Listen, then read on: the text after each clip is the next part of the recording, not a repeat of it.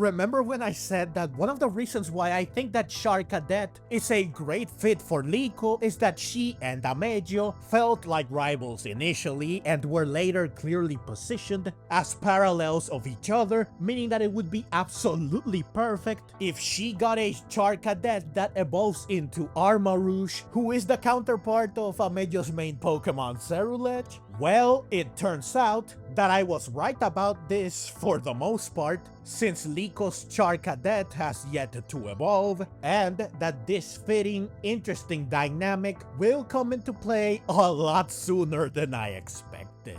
Episode 103 ended with Onia and Zirc asking Liko to help them find Amethio, and episode 104 will focus on this search, revealing that Liko will indeed agree to help them, and it won't be for naught. Since following a visit to Amethio's family estate, which we saw back in episode 83, Liko, Onia, and Zirc will find Amethio, who looks like he's been stranded on an island in the year he's been away. He is sitting around a campfire while sporting noticeably longer hair that, along with his clothes, look unkempt and messy, clearly a result of surviving out in the wilderness for a year. Onia and Zirc did mention in the previous episode that they were looking for him by tracking down a submarine. So perhaps my joke about Amethio looking like he is auditioning for a remake of Castaway might not be far off from the truth.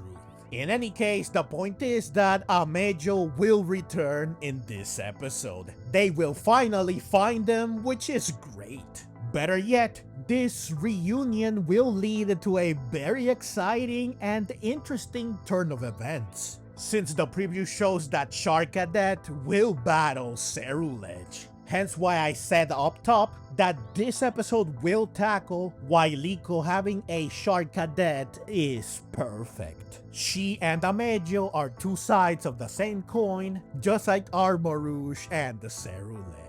Now, it's not clear why Charcadet will decide to battle Ceruledge, though we can of course use both the preview and the title of the episode to speculate.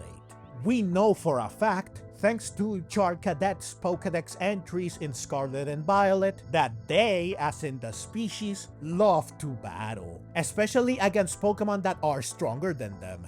They have a fiery fighting spirit, with their firepower increasing as they battle. This alone is enough to explain why Charcadet will battle Ceruledge. It simply wants to test its strength against an opponent that is clearly bigger and stronger than itself, which is commendable, especially when you see it running and jumping towards Ceruledge at full speed like a total badass in the preview.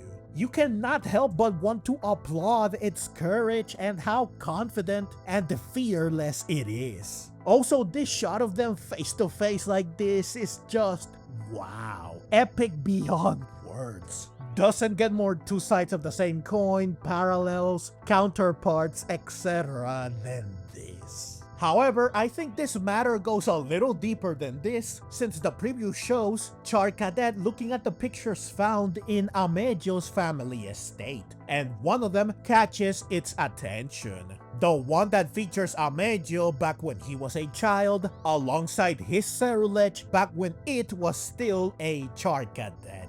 Clearly, Charcadet will be taken aback when it sees a fellow Fire Child Pokemon. We have seen in previous series how Pokemon of the same species tended to be more competitive with each other than with other Pokemon species. Getting to battle a worthy opponent, a fellow Charcadet at that, will no doubt ignite Charcadet's fighting spirit, and once it finds out that the Charcadet in the picture is no longer a Charcadet but one of its evolved forms instead, Charcadet's desire to battle it, to prove itself against it, and perhaps to prove that it is stronger than it, will only burn with even more intensity. This desire is likely Charcadet's wish, which is the title of the episode. Now, of course, the odds that Charcadet will defeat Ceruledge are quite slim. While it is pretty strong for a wild Pokemon, seeing as it had no issue subduing a Lacuium afflicted Pokemon, it was only captured 2 episodes ago. It has 0 experience battling with Liko and against the trainers. Though this of course will only come into play if Liko and Amethio take part in the battle. Something the preview does not show, giving me the impression that this will be Charcadet picking a fight and the Ceruledge obliging because it can sense Charcadet's determination and the desire to battle. However, even if we put aside its battling experience with Liko and against trainers, it's going up against not just one of its evolved forms, but also a Pokemon that we know is very strong. It's even battled the legendary Pokemon, and it likely only got stronger in the 1-year gap. So I seriously doubt that Charcadet will emerge victorious, hence why I didn't even post a poll like I normally would. Charcadet winning and even a draw are extremely unlikely to happen. What I think will happen is that Charcadet will indeed lose, but only after doing its absolute best. Seeing that even its best is not enough will fuel it to get stronger, and it will set Ceruledge as its goal, as the one it needs to overcome to prove its strength. Basically, Ceruledge will become its rival, which means that they will likely battle each other several more times in the future, culminating in Charcadet finally getting to defeat Ceruledge. We have seen rivalries like this before, those that feature Pokemon from the same evolutionary family who are in different stages of evolution, and the one who is unevolved or in the lower stage of evolution ends up having to taste defeat multiple times before they finally get to win. Ash's Incineroar as a Litten and later a Torracat, and its rivalry with Kukui's Incineroar immediately comes to mind. Especially because Torracat evolved after it finally defeated Incineroar. Could the same thing happen with Charcadet? Perhaps, though it needs an item to evolve unlike Torracat, making evolving after or during a battle trickier. So evolution would probably have to happen before the final battle in Charcadet's case instead of after. Though I could see it not wanting to have to resort to evolving in order to defeat Ceruledge. Its pride as a knight and warrior would likely push it to win as a Charcadet. No shortcuts allowed. Therefore, I could see Liko getting an auspicious armor, the item needed to evolve Charcadet into Armarouge, only for Charcadet to refuse to use it until it defeats Ceruledge, at which point it will finally consider itself worthy of evolution. So indeed, like Torracat, it will evolve after it manages to defeat its eternal rival. Speaking of a knight's pride, I cannot think of something more befitting of a knight than challenging a worthy opponent to a duel and putting everything on the line to defeat them in a fair and honorable contest of strength and will. This is likely part of the reason why Charcadet will choose to battle Ceruledge. So yeah, I'm very excited for this episode. Not only will we finally get to see Amethio again, something that will undoubtedly have a massive impact on the story, but we will also get to see Charcadet in action.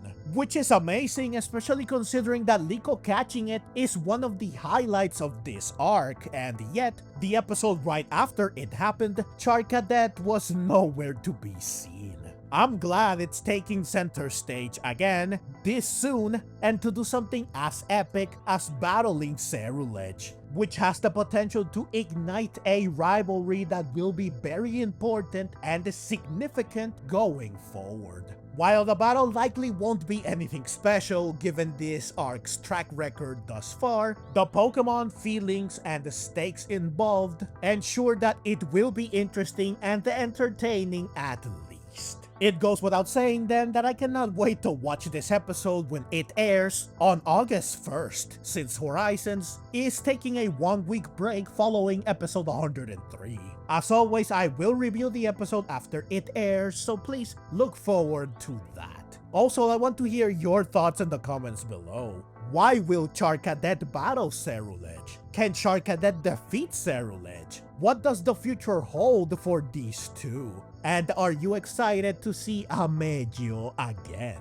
If you enjoyed this video and want to see more like it, feel free to click the links on screen. And if you'd like to support the channel and help me keep making content like this, you can find ways to do so in the description below. Your support truly means the world to me. Thank you so much for watching, and let's meet again in the next video.